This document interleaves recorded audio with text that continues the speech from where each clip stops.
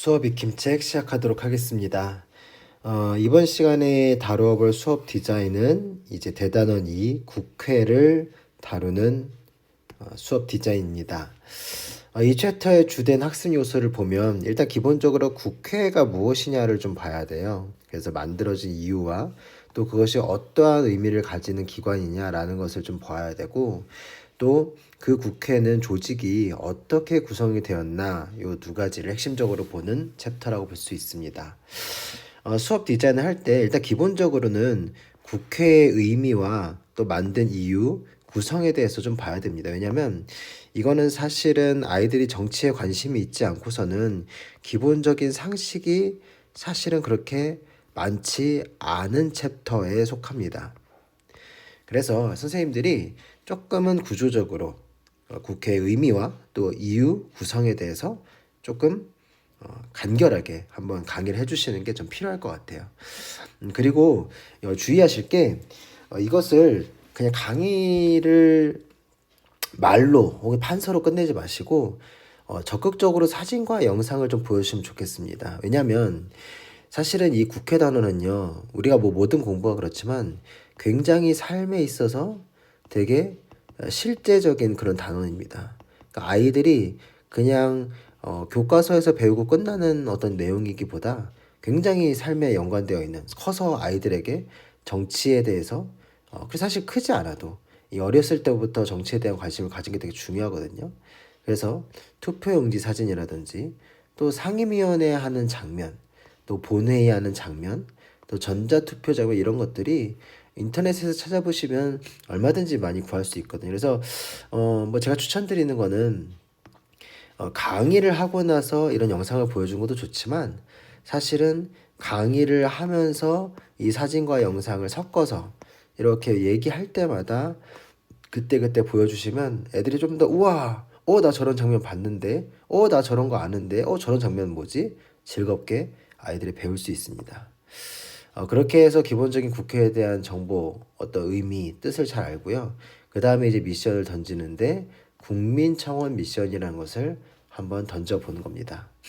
미션은 이런 겁니다. 한마디로 청원을 해보는 거죠.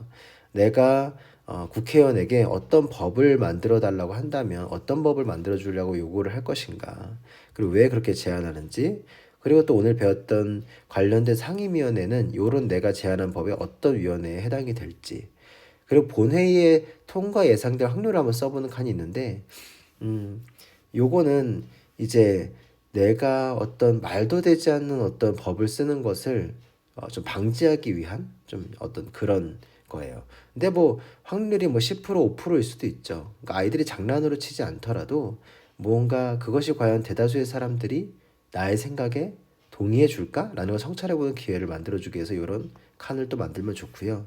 그리고 예상되는 반대를 한번 써보는 것도 좋아요. 왜냐면 내가 단순히 어떠한 법을 주장을 하는 것도 중요하지만 그것에 어떤 반대하는 사람도 어떤 의견을 가지고 있을까라는 것을 성찰해보는 것도 사실은 되게 중요하거든요. 그래서 이런 것을 학습지나 이런 워크시트를 주셔서 한번 써보게 한 다음에 이것을 그냥 발표하기보다는 자기의 친한 친구들을, 자기가 피드백을 받고자 하는 사람들에게 찾아가서 자기 거를 보여주고 3명 이상 이 의견, 나의 어떤 법 청원에 대해서 어떻게 생각하는지를 이렇게 한 문장 정도로 피드백을 받게 하는데, 금지시킬 게 있습니다. 뭐 좋다, 별로다, 뭐 괜찮다, 이런 피드백을 하지 않도록 주의를 주시는 게 좋습니다. 그러니까 그냥 단순히 그냥 느낌, 이렇게 우리가 이런 걸 받게 하려고 피드백 시키는 게 아니잖아요. 아이들의 의견을 서로가 공유하고 어떤 생각이 드는지를 이렇게 나누게 하는 데 목적이 있기 때문에 이런 식의 표현은 써 있는 것에 대해서는 내가 어떤 인정하지 않겠다라고 여러분들이 선생님이 미리 인지를 시켜주시면 아이들이 잘합니다. 그리고 하나 또 주의시키실 것은 부정적인 피드백을 해도 됩니다.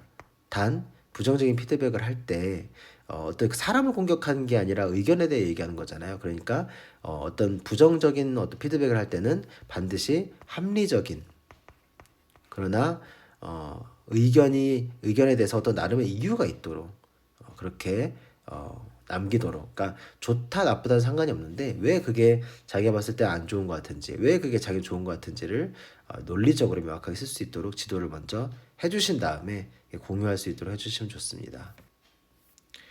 자, 이렇게 미션을 다 마친 학생들이 있잖아요. 그럼 이 사람들은 이제 선생님한테 와서 미션을 잘 했는지를 확인을 받으면 됩니다. 저는 이제 학습지에 도장을 찍어서 그날의 미션 어떤 학습을 다 했다라는 것을 인증을 시켜주거든요. 그래서 이거는 뭐 여러분들 스타일대로 뭐 하시면 되겠습니다. 그리고 나서 끝내지 마시고 그래도 몇 명은 한번 발표도 시켜보시고 또 거긴 어떤 피드백이 달렸는지를 좀 공유하는 과정들을 거치면 좀 더 수업의 풍성한 또 의미를 살릴 수 있습니다. 이 수업에서 활용해 볼 만한 동영상은 상임위원회 영상 같은 게 유튜브에 많이 있어요. 그러니까 보시면 제가 사실 자주 이제 쓰는 게 이 YTN의 그 돌발 영상이거든요. 그러니까 주로 이제 정치권에서 일어나는 사건을 재미있게 이렇게 편집한 클립들 옛날부터 굉장히 유명한 영상이죠. 근데 주의할 점은 이 상임위원회에서 왔다 갔다 하는 말이 좀 어려운 말을 하는 영상도 있고 아이들이 보기에 이해가 쉬운 영상들도 있어요. 그래서 가급적이면 너무 어려운 말 주제를 쓰는 영상보다는 좀 쉬운 내용이 왔다 갔다 하는 그런 상임위원회 영상을 활용해 보시면 좋겠다. 그리고 국회에 대한 이야기니까 총선 광고에 관련된 영상도 흥미 유발을 위해서 활용해 보시면 좋겠습니다.